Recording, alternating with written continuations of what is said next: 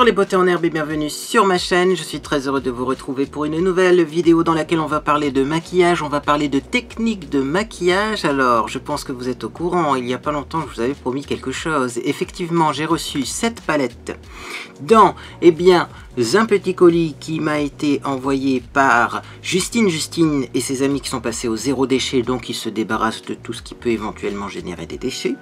Et cette palette, il s'avère que je l'ai en double.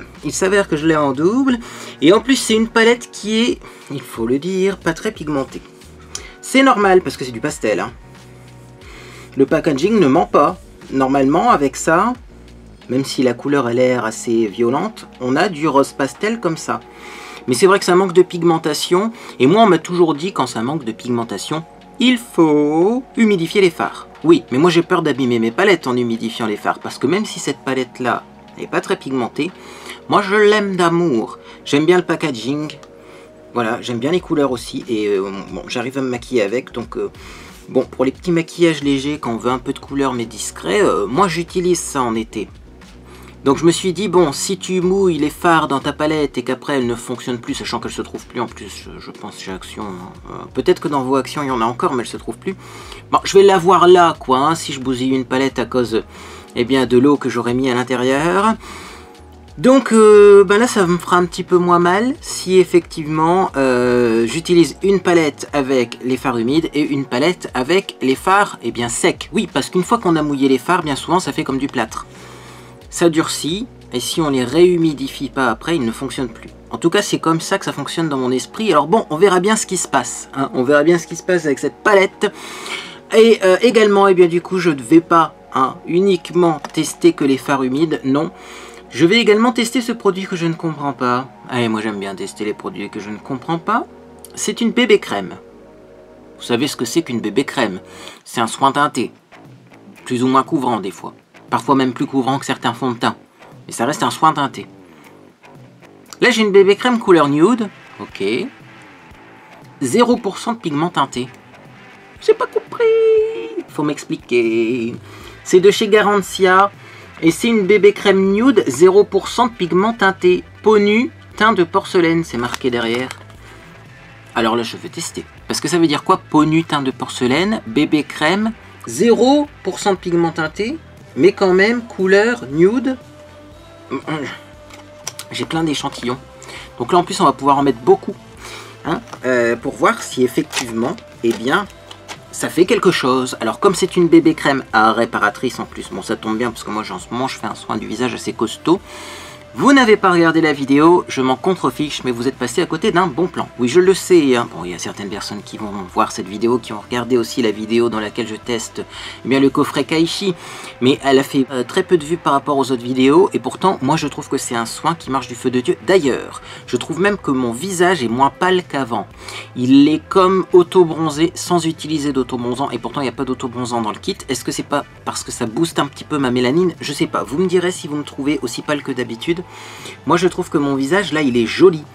Les rougeurs ça va, les imperfections, il y a des imperfections qui sont en train de sécher mais les marques d'imperfection disparaissent. Franchement j'adore ce coffret.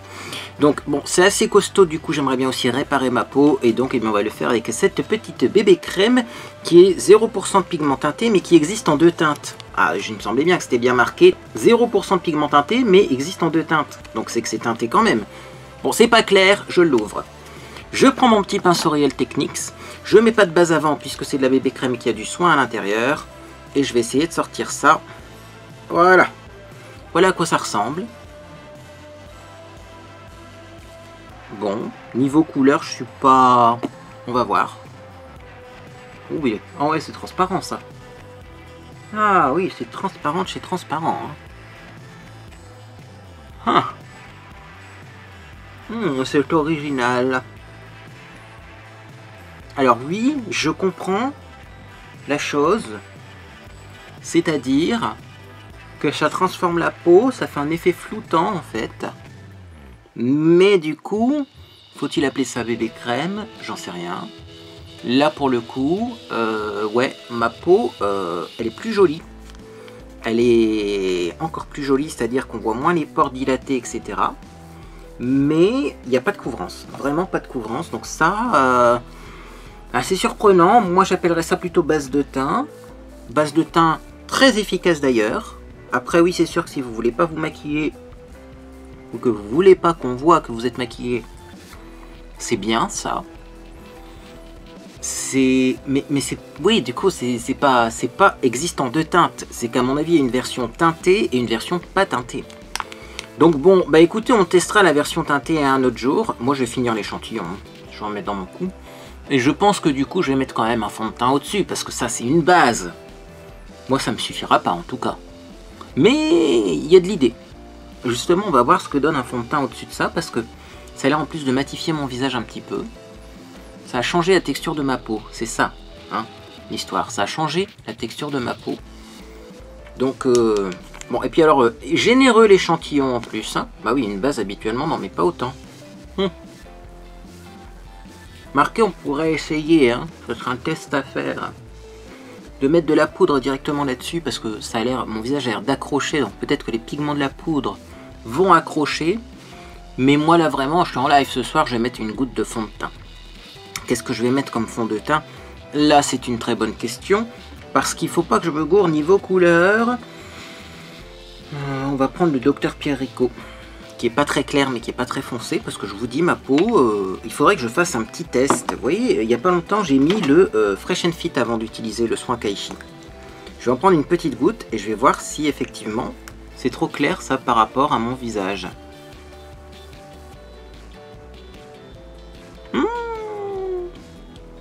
Quoique, si, hein, ça fait une trace blanche, hein, j'ai l'impression que mon visage est moins clair qu'avant, alors que pourtant j'ai pas mis d'autobronzant. Vous voyez, on voit une trace blanche, je suis obligé d'estomper à mort pour qu'on voit plus le fond de teint, il disparaît pas tout seul, quoi. Donc bon, bah écoutez, Kaichi m'a donné un visage moins blanc, c'est bon à savoir ça. Donc du coup je vais prendre le Dr Pierrico, qui est moins clair, et qui sera vachement mieux surtout pour mes lives, parce que les webcams ça a tendance à affadir le teint. Alors par contre je vais pas en mettre beaucoup de fond de teint, hein, parce que j'ai déjà une peau qui a été floutée, améliorée, magnifiée. Hop. Mais c'est clair que ça transforme le visage, hein, cette bébé crème sans pigment là, c'est surprenant. Alors là je tapote le fond de teint parce que ça glisse plus sur mon visage, hein. Quand je vous disais que ça avait transformé la texture de ma peau, c'est vraiment ça, c'est que mon pinceau n'arrive pas à glisser pour appliquer le produit. Voilà. Bon, sachant que je vais mettre de l'anti-cerne, je vais peut-être pas mettre trop de fond de teint, parce que vous voyez, bah ouais, j'ai presque pas mis de fond de teint par rapport à d'habitude et ma peau est jolie, hein. Oh, c'est bizarre cette bébé crème. Ah, si vous aimez pas mettre beaucoup de fond de teint, je vous recommande, parce que ben, déjà la bébé crème, il n'y a pas de pigment dedans, mais en plus après, ben, ça vous permet de mettre vachement moins de fond de teint. Je suis sûr que si j'avais mis moins aussi de bébé crème avant, parce que là, forcément, hein, j'ai vidé l'échantillon pour voir s'il y avait de la couvrance qui apparaissait ou s'il se passait quelque chose, mais si vous en mettez un petit peu moins, ça va moins accrocher sur le visage, ça va être génial ça. J'aime beaucoup le combo des deux. Ouais, le fond de teint soin hydratant de chez Dr Pierrico avec la bébé crème avant, c'est très joli. Ah! Je perds mes cheveux? Non, même pas. C'est un cheveu qui était plié sur mon visage. Bon, par contre, j'ai hâte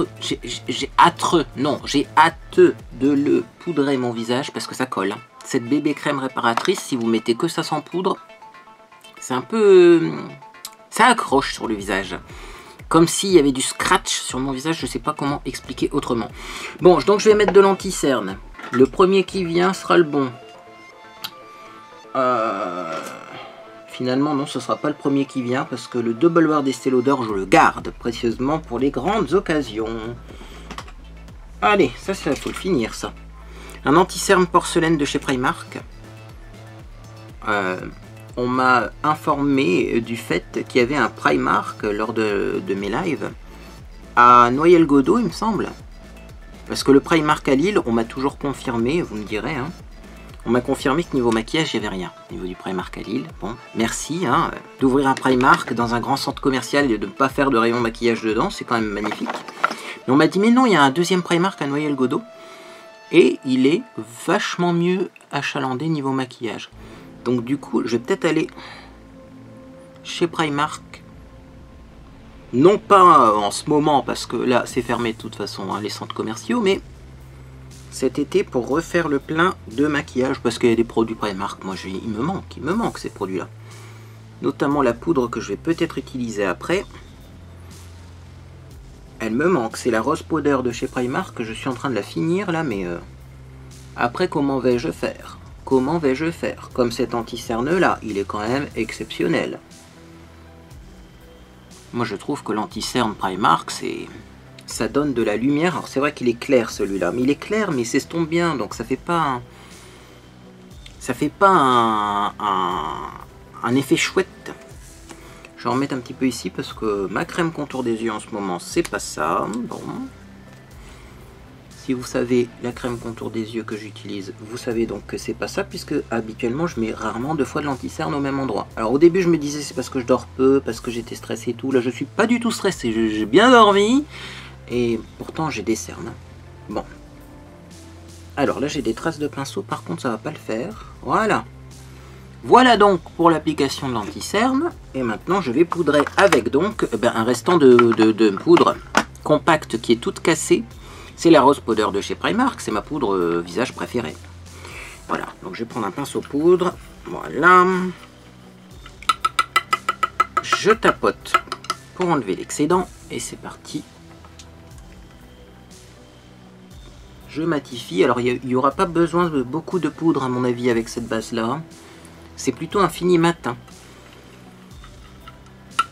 La bébé crème réparatrice de chez Garancia, c'est le Chardon et le Marabout. Là, le nom de la gamme. Lui, il s'inspire un peu des mythes et légendes de sciences occultes chez Garancia. Voilà. Et le teint, il est joli en mettant très peu de fond de teint par rapport à ce que j'ai mis d'habitude. Ça, je suis bluffé. Alors, malheureusement, j'ai dû mettre du fond de teint quand même. Du coup, je me demande si la version dorée, ça serait pas suffisant, mais que la version dorée, ça serait bon. Ah bah on testera, hein. J'en ai plein d'échantillons comme je vous l'ai dit. Donc, mais celle-là, la transparente, je la garde en base de teint, ça c'est sûr. Bon, est-ce qu'on est suffisamment poudré du visage? Encore un petit peu au niveau du nez parce que au niveau de mon nez, malheureusement, rien ne tient. Ah puis là, il refait des belles journées dans le nord, donc je rattrape la peau grasse. Hein. Ça c'est fini la peau sèche d'hiver. Moi, ma peau passe de sèche à grasse. Bon, écoutez, on fait avec. Hein. Voilà donc pour la poudre. Et donc maintenant, eh bien, on va mettre une base à paupières quand même. Bon, je vais mettre la sienne. Hein. Je vais pas mettre une base à paupières de dingue. Parce que je sais déjà que les fards sont pas ouf. Mais en plus, on va aller y mouiller. Donc, je suis pas sûr que la base à paupières ce soit utile si on mouille des fards. Dites-moi ce que vous en pensez, si vous avez un avis. Mais je vais quand même en mettre un petit peu pour maximiser les chances d'avoir quelque chose qui fonctionne. Donc, base à paupières. Voilà.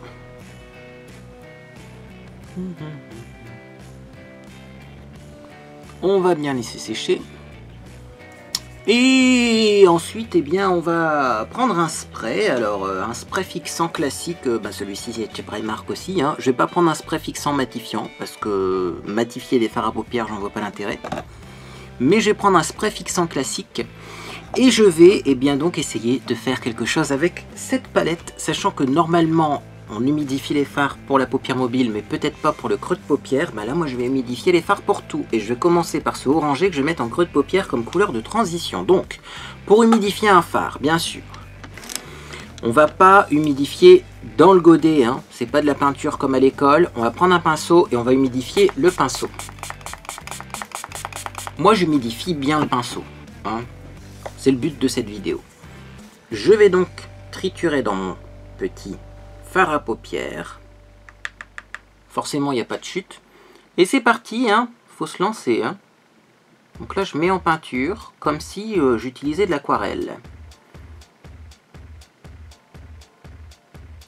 Ok. Non, mais c'est un état d'esprit.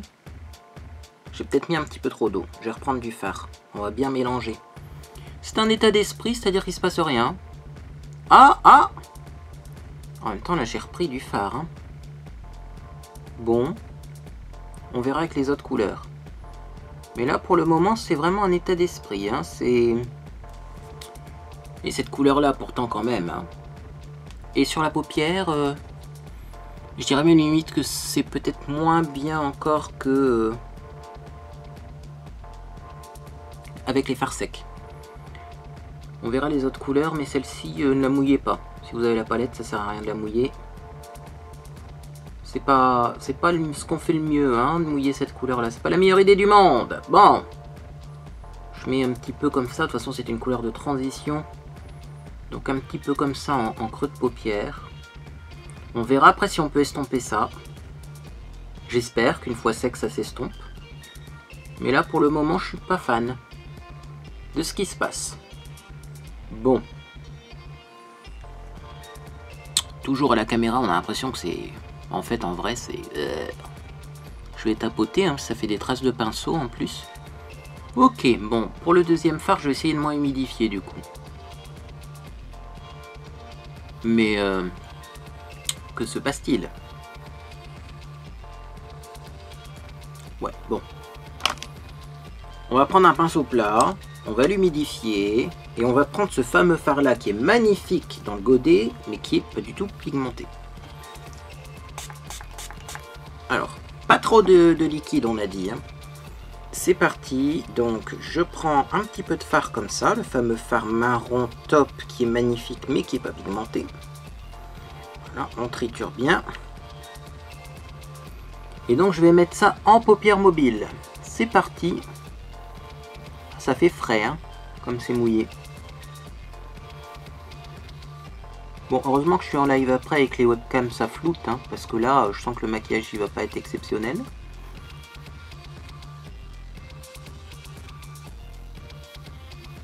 Ah, il y a un petit quelque chose qui se passe, mais vraiment, cette palette-là, j'arrivais mieux à l'utiliser, je pense, sans mouiller les fards. Alors j'en prends beaucoup, hein, là. Hein. Pour avoir ce résultat-là, je peux vous dire que j'en prends une quantité astronomique. Bon, voilà ce que j'obtiens pour le moment. On commence à voir quelque chose. Non, là c'est bon. Mais j'en ai pris vraiment beaucoup, hein, du fard. Est-ce qu'il faut que je remouille mon pinceau pour le deuxième œil? On va voir. Parce que le fard, il est humide. Peut-être qu'on n'aura pas besoin de remouiller. Ouais, là c'est pas mal. Peut-être que j'ai encore mis trop de liquide.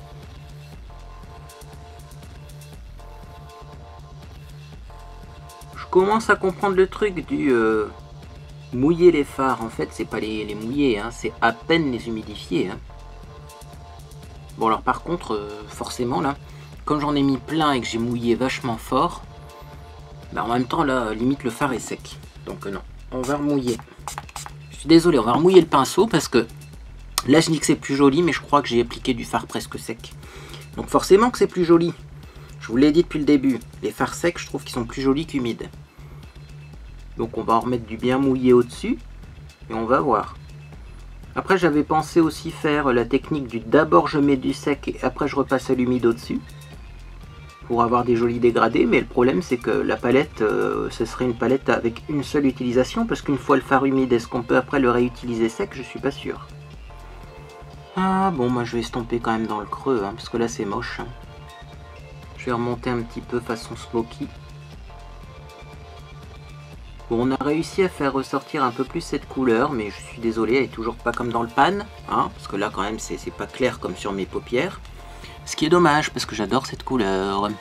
Bon, on va passer à quelque chose d'un peu plus technique, puisqu'on va mettre donc ce fard-là, qui est très pigmenté déjà d'origine. Alors là, dans cette palette-là, il y a un fard qui est pigmenté, c'est ce vert-là, mais on va essayer de le mouiller quand même, parce qu'on est téméraire. Alors là, pour le coup, oui, je suis désolé, je vous regarde pas, hein, je vous cache l'écran, mais et là, non, là, on passe aux choses sérieuses. Il me faut un petit pinceau très précis et rond, parce que sinon on va faire n'importe quoi. Alors. Ah ouais, je commence à comprendre. En fait, voilà les petits pinceaux ronds, mais ils sont encore trop gros pour ce que je veux faire. Parce que j'ai peur d'avoir... Ça, je vais le garder pour estomper. Mais donc, du coup, je vais prendre celui-ci qui est encore plus petit. Il n'est pas rond, mais il est plus petit. Et c'est parti, je vais mouiller le fard vert. Vous avez compris qu'on va le mettre au coin externe, parce que là, on n'a rien mis au coin externe pour le moment. Donc, je mouille le pinceau. Il y a une petite gougoute de produit, hop, qui va dans les poils. Et c'est parti, je prends ce fard vert qui est très pigmenté. Regardez-moi ça. Je pense que ça se remarque. Et je vais juste en mettre une petite goutte sur la paupière mobile en coin externe. Voilà, on va pas trop avancer par contre. Hein. Et j'essaye de faire un petit V au coin externe comme ça avec le fard mouillé. Je suis super concentré, excusez-moi, mais c'est la partie compliquée du maquillage. Parce que je savais que ce fard vert là, comme il est pigmenté, je savais qu'il allait récupérer à peu près tout ce qui n'allait pas dans ce maquillage. Donc là, il faut bien que je l'applique. J'en mets une deuxième couche, mais je vais pas remouiller le pinceau. Et je vais essayer de garder ça de façon un petit peu graphique, vous voyez. Façon House Laboratories. Parce que eux aussi ont sorti des fards mouillés, là. Des fards liquides. Qu'on n'arrivait pas très bien à estomper, paraît-il. Je les ai pas testés. Je veux bien tester, hein, moi, si vous m'en envoyez. Toujours les mêmes choses. Oui, parce que moi, quand je teste, je dis vraiment les choses. Du coup, on m'envoie rarement des produits. Mais... voilà, je fais un petit outer comme ça, un outer V, comme on disait, pas du tout estompé, avec ce vert. Donc je vais encore continuer un petit peu à travailler parce que là, il faut que je retravaille la forme. Sacrée paupière tombante. Voilà, qui est plus jolie. J'ai remonté un petit peu, vous voyez. Et après, on verra ce qu'on fait avec, avec ça, parce que je vais essayer de restomper, en tout cas au coin interne, avec le fameux marron là. Et le fameux marron ici. Mais pour le moment, je vais laisser ça comme ça. J'essaye juste d'avoir un coin externe aussi pointu que mes punchlines sur Twitter. Et j'avoue que ça, c'est pas facile. Bon, on verra. Il y aura peut-être de la retouche, hein, comme d'habitude, vous connaissez. On remouille le pinceau, je vais faire pareil de l'autre côté. Et je pense que là, je vais pas vous filmer... je vais pas vous filmer le deuxième œil, vous avez compris quoi. Hein. Et puis surtout c'est très long hein, cette histoire. Ouh là là. Non, parce qu'après encore le ras de cils inférieur, donc on va essayer de faire quelque chose avec notre ras de cils inférieur. Bref, à tout de suite. Ah bah ça forcément quand on papote pas ça va plus vite hein, à faire comme maquillage. Hein. Deuxième œil je l'ai fait en 2 secondes. Donc je repasse une deuxième fois en reprenant du fard sans mouiller le pinceau, ça c'est pour avoir un peu plus d'intensité quand même. Hein. Voilà.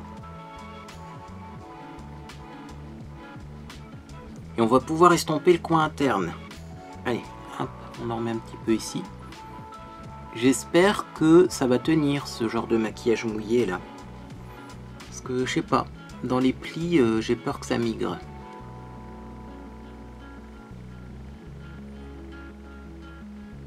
Là pour le moment je suis en train de me payer les rides du front en remontant mes sourcils, mais bon.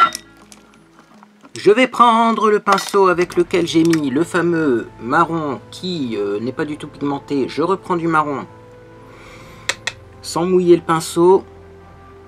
Et ça va me servir pour dégrader au niveau de la démarcation entre les deux fards.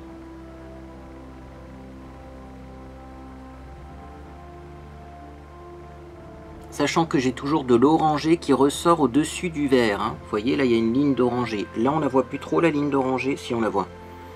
C'est l'éclairage qui est plus fort de ce côté-là, mais on la voit.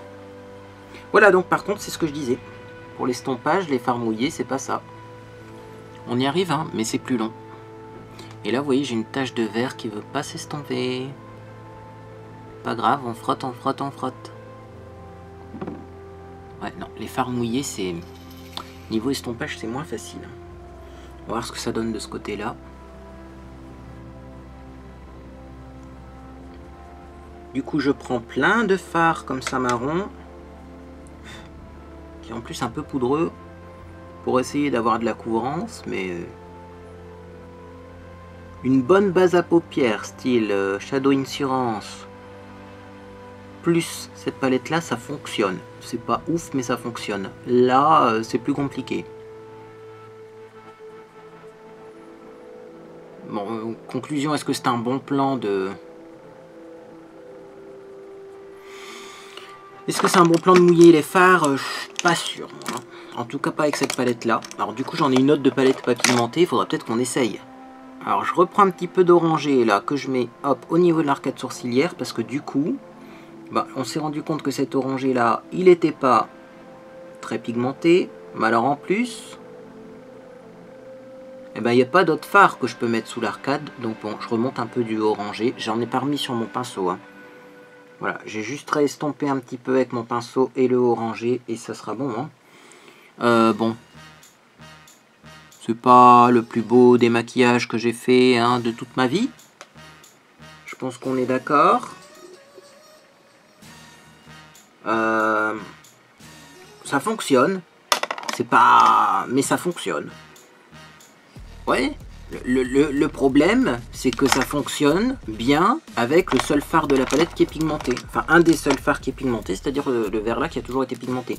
Les phares peu pigmentés, ça n'invente pas du pigment là où il n'y en a pas. Hein. Donc, bon.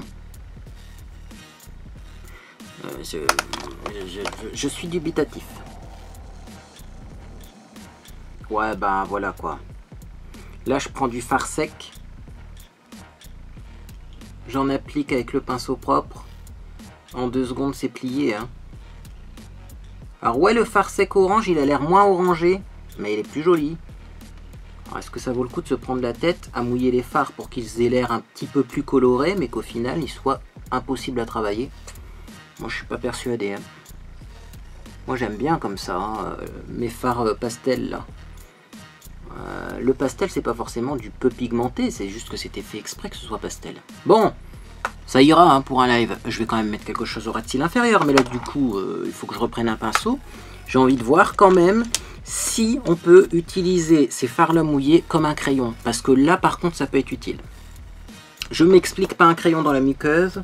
Hein, je pense pas que ce soit adapté. Mais un trait de crayon sous l'œil avec des fards comme ça mouillés, est-ce que ça fonctionne?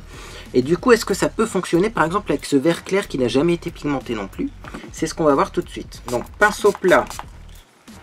Celui-ci, c'est un pinceau de la Naked. Je prends du fard mouillé sur la tranche. Et là, ça vaut peut-être le coup parce qu'un crayon, un trait de crayon, on n'a pas besoin de l'estomper. Donc là, ça va peut-être être efficace. On va voir. J'avais beaucoup d'espoir parce que sur mon pinceau, ça a l'air assez pigmenté. Et en vrai, bah non, hein, c'est toujours le même problème. Hein. Si on utilise cette palette pour avoir un effet pastel léger, un peu comme le orangé que j'ai mis sous l'arcade sourcilière, oui, c'est le but de la palette. Mais si on essaye de mouiller pour avoir plus d'intensité, ben non. Hein. L'application n'est pas vraiment régulière. Et quoi qu'il en soit, la pigmentation, elle est pas extraordinaire. Bon, là, j'avoue qu'en remettant une deuxième fois, c'est un peu mieux, mais c'est galère pour... voilà, un crayon, ça marche mieux. Voilà, conclusion, un crayon, ça marche mieux. Non, parce qu'on aurait pu utiliser cette palette uniquement pour l'utiliser comme des crayons en mouillant les fards, hein, faire des genres de liner aquarellables. Bon, ça fonctionne, mais c'est pas top. Oui, je suis obligé de frotter et de frotter pour que ça se répartisse bien, parce que sinon ça fait des dépôts en fait. Ça peluche, limite. Ah bah écoutez, on verra, hein, parce que comme mon pinceau s'est baladé en ras de cils et qu'il y en a eu dans la muqueuse, on verra si ça pique ou pas. Pour le moment, ça a l'air d'aller. On va mettre du mascara, toujours le même. Il est là. Non mais les mascaras disparaissent toujours chez moi, vous le savez, c'est une grande tradition. Bon, mascaraton, mascaraton. Et ensuite, je vous retrouve pour le gel à sourcils et on mettra un petit peu de rose sur les joues, un rouge à lèvres un petit peu spécial. Bref, je vais mettre mon mascara parce que là, ça va être long. Je vous le dis. C'est long à appliquer ce mascara. Je mets mon mascara et puis je vous retrouve pour la suite. Voilà.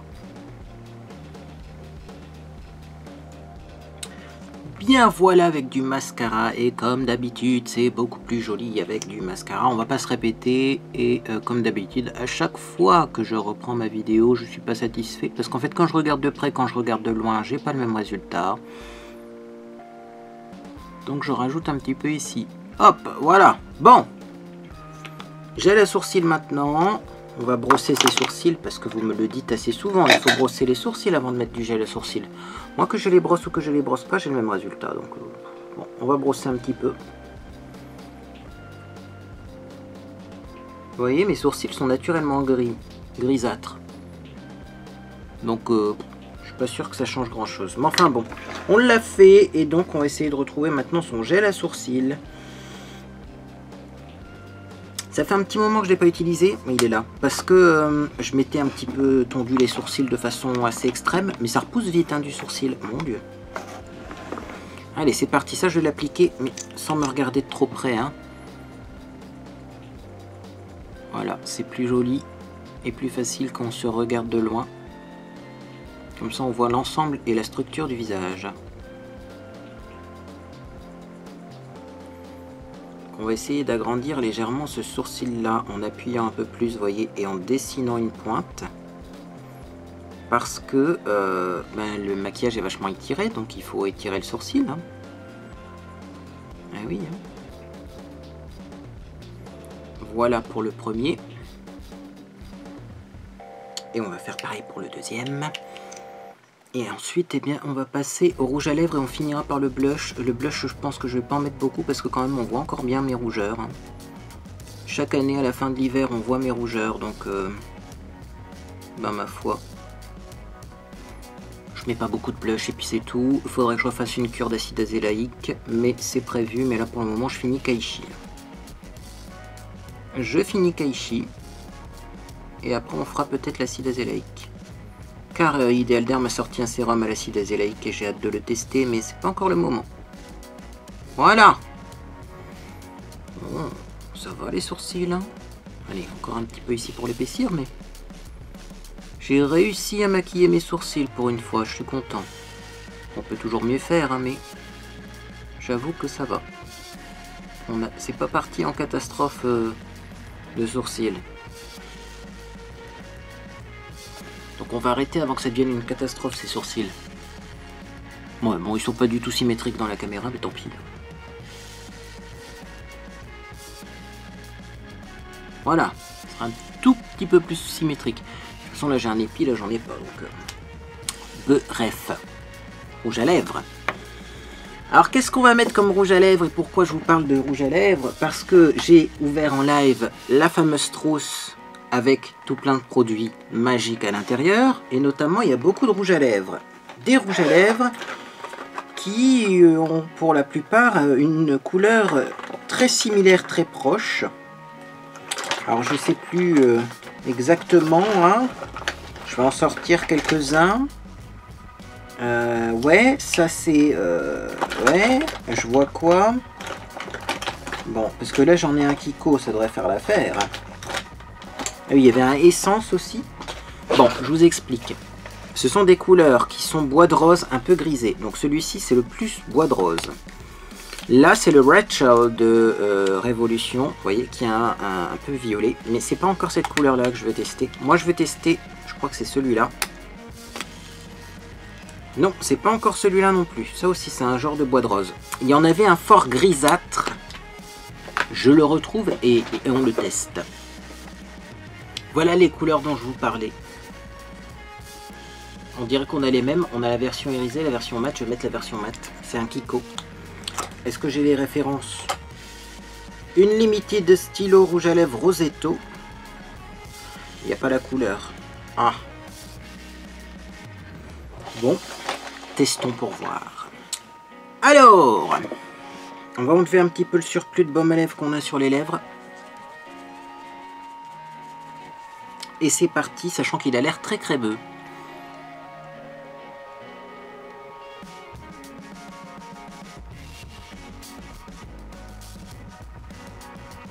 Ah ouais, c'est beau. Hein.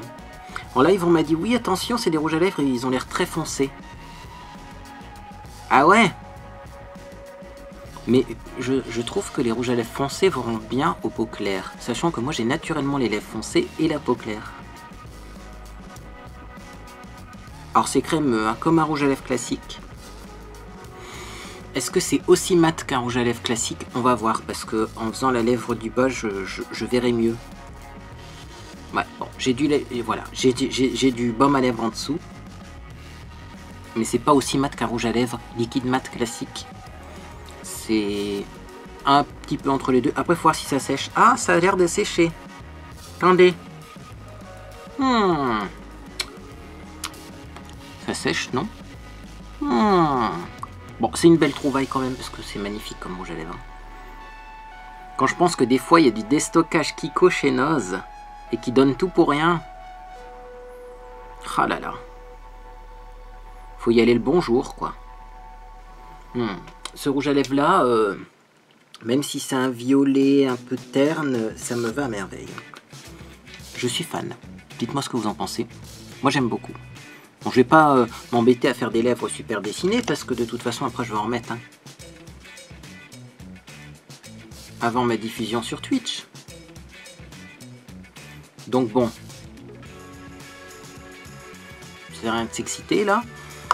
On verra si ça tient bien en plus, parce que je vais manger avant de faire mon live, donc je vous tiendrai au courant, mais j'aime beaucoup la couleur. Alors du coup, est-ce qu'on va mettre du blush? Limite, il n'y a pas besoin de blush aujourd'hui. J'ai une idée. J'ai ressorti un vieux blush qui s'appelle Fanfreluche de chez Nocibé. Je l'ai trouvé comme ça, hein. C'était en solde. Il n'y avait même pas de boîtier autour. Hein. D'ailleurs, on peut enlever le pan. À mon avis, ça se met dans une palette. Alors, ce blush-là, Fanfreluche, il est très très léger. Extrêmement léger. Hein. D'ailleurs, je vais prendre un pinceau blush propre pour l'appliquer parce que sinon, je pense que on va voir plus le blush qu'il y avait dans le pinceau que ce blush-là. Il est très très léger et il est orangé. Et alors, l'avantage du blush orangé, c'est que déjà, ça va faire un rappel avec le orangé que j'ai mis au début, là, sur mes yeux. Mais alors, en plus, le blush orangé, c'est mieux quand on a des rougeurs. Par contre, le blush orangé ne va pas du tout aller avec mon rouge à lèvres. Eh ben, tant pis. Vous savez que moi, j'aime bien assortir la couleur des lèvres à la couleur du blush, mais là, eh ben ça sera fait autrement, hein. Mais ça réchauffe le teint et ça va super bien avec les yeux. Ouais. Donc j'aime beaucoup. Voilà, et puis je vais pas mettre d'enlumineur parce que vous savez quand on est en live, l'enlumineur avec ma webcam ça passe pas très très bien. Hein. Et je pense que là on a fini hein, pour ce look que j'aime beaucoup. Hein. Mais alors, j'avoue que c'est quand même un tout petit peu plus pigmenté quand on mouille les fards, mais c'est galère à utiliser comme pas possible. Est-ce que du coup je préfère les fards secs ou pigmentés? Moi je préfère les... Enfin secs ou mouillés, hein, parce que pigmentés on aime tous... Enfin non, des fois j'aime les fards qui sont pas trop pigmentés moi. Mais est-ce que je préfère donc les fards secs moins pigmentés ou mouillés plus pigmentés? Eh ben j'ai envie de dire je préfère les fards secs moins pigmentés. Certes, ça n'aura pas le même effet de maquillage, ça fait faire un maquillage plus léger, plus doux. Mais c'est plus doux justement, plus facile à utiliser, plus... Là, bon, c'est plus graphique. J'ai essayé d'estomper, ça s'estompe presque pas. Et du coup, ça marche aussi, mais c'est... Enfin, je préfère, pour ce genre de look, je préfère des fards plus pigmentés. C'est-à-dire que essayer d'avoir un maquillage graphique, un maquillage intense avec des fards qui ne le sont pas, c'est pas toujours évident. Hein. Autant prendre des bons fards dès le départ et garder ces fards moins pigmentés pour juste donner des petites touches de lumière légère, un peu comme un reflet. Voilà, c'est ce que je pense. La palette, je pense pas qu'elle soit esquintée hein, maintenant qu'elle a été humidifiée. Puisque les fards sèchent et ils fonctionnent encore après, vous voyez. Maintenant, ils fonctionnent après, mais avec leur pigmentation d'origine. Hein. Le orange. Le fameux, le marron top.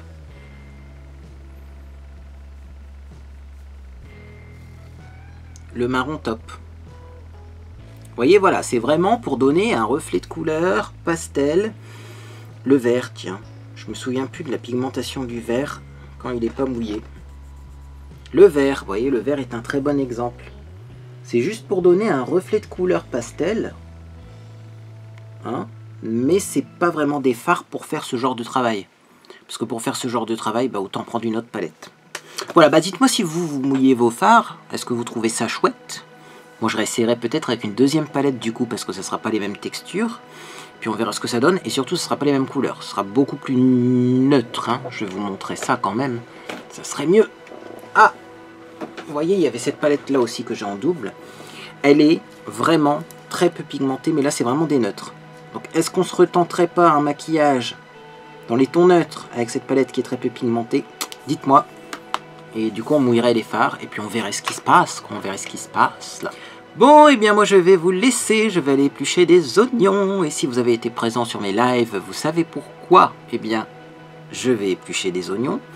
Si cette vidéo vous a fait plaisir, vous pouvez laisser un j'aime à celle-ci. Également, vous pouvez vous abonner pour ne rien manquer de mes prochaines publications. On se retrouve bientôt pour une vidéo rangement. Et ça me fait peur parce que vraiment, je crois que j'aurais pas assez d'une journée de tournage pour tout ranger. Mais on va voir ce que l'on fait. Et puis après, on verra ce qu'on fait la semaine prochaine. Mais bientôt, il y aura peut-être des découvertes favoris et déceptions aussi. Parce que ma maman étant du 9 mars... On est aux alentours du 10.